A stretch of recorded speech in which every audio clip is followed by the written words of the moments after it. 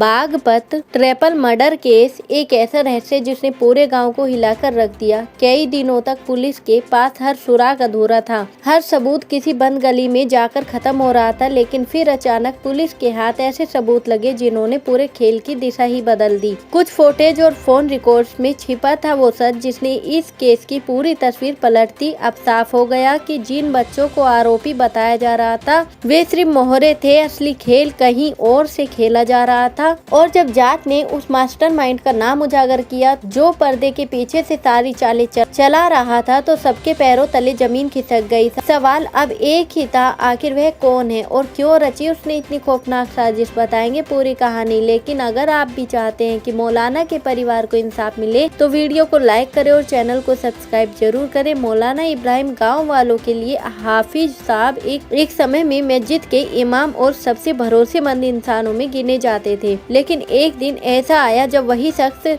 शक के घेरे में आ गया। उनकी पत्नी और 2 मासूम बेटियों की बेरहमी से हत्या कर दी गई। घर का मंजर इतना दर्दनाक था कि जिसने भी देखा उसकी रूह कांप उठी। जैसे ही खबर फैली पूरे गांव में शोक और गुस्सा दोनों फैल गए। सबसे पहले शक की सुई मौलाना पर ही गई क्योंकि वारदात के वक्त वे घर पर नहीं थे। पुलिस ने हिरासत में लेकर पूछताछ शुरू की, लेकिन मौलाना बार बार कहते रहे मैं बेगुनाह हूँ। उन्होंने बताया कि घर के कैमरे ऑन करके गए थे, लेकिन जब पुलिस ने फोटो देखी तो एक डिटेल ने सब कुछ बदल दिया। घर के अंदर के कैमरे बंद थे जबकि बादल गली का कैमरा चालू मिला। उसी फुटेज में एक 16 साल का लड़का दिखा और कहानी वहीं से पलटी। दोनों किशोरों को पकड़ा गया। उन्होंने कहा मौलाना हमें डांटते थे इसलिए बदला लिया। लेकिन जब पूछा गया मासूम बच्चियों का क्या कसूर था तो जवाब मिला एक बच्ची जाग गई थी इसलिए उसे भी चुप करा दिया। गाँव सन रह गया। मगर फिर सवाल उठा, क्या 2 बच्चे इतनी सोच समझकर साजिश रच सकते थे? उन्हें कैसे पता था कि कैमरा कैसे बंद करना है, फुटेज कैसे मिटानी है? यह शक अब पुलिस को भी होने लगा।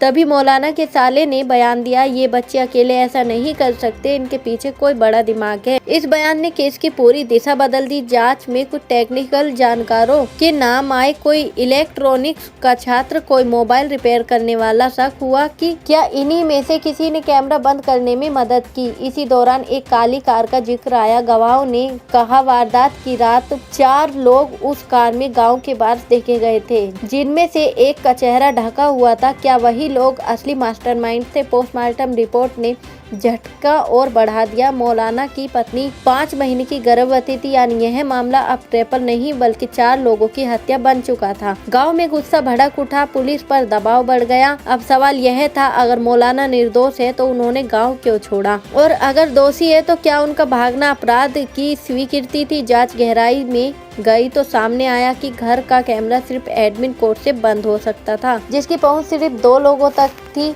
मौलाना और मस्जिद का टेक्नीशियन गायब था। पुलिस ने मोबाइल लोकेशन और कॉल रिकॉर्ड खंगाले। रात के वक्त कुछ संगीत कॉल देवबंद और आसपास के इलाकों से मिले, कुछ सिम फर्जी आईडी से मिल गए थे। तभी वो लड़का जिसने अपराध कबूल किया था बयान से मुकर गया। उसने कहा मुझसे दबाव में कहलवाया गया। यह सुनते ही पुलिस समझ गई कि कोई उन्हें कंट्रोल कर रहा है। मौलाना के साले ने फिर कहा यह बच्चों का खेल नहीं, किसी नेटवर्क और प्लानिंग का नतीजा है। जांच अब उस तीसरे शख्स की तलाश में थी, वो जो पर्दे के पीछे से सब चला रहा था। पुलिस ने गाँव के इलेक्ट्रॉनिक्स वालों से पूछताछ शुरू की। कुछ ने कहा किसी ने कैमरा बंद करने के लिए कहा था, कुछ ने इनकार किया। तभी एक और मोड़ आया। वारदात के 2 हफ्ते पहले कुछ अनजान लोग मौलाना के घर के पास देखे गए थे। मौलाना ने उसी समय कैमरे की सर्विसिंग करवाई थी। जांच में पता चला कि कैमरे का पासवर्ड हाल ही में बदला गया था और वह बदलाव किसी टेक्निकल जानकार ने किया था। मौलाना के साले का शक अब और पक्का लगने लगा।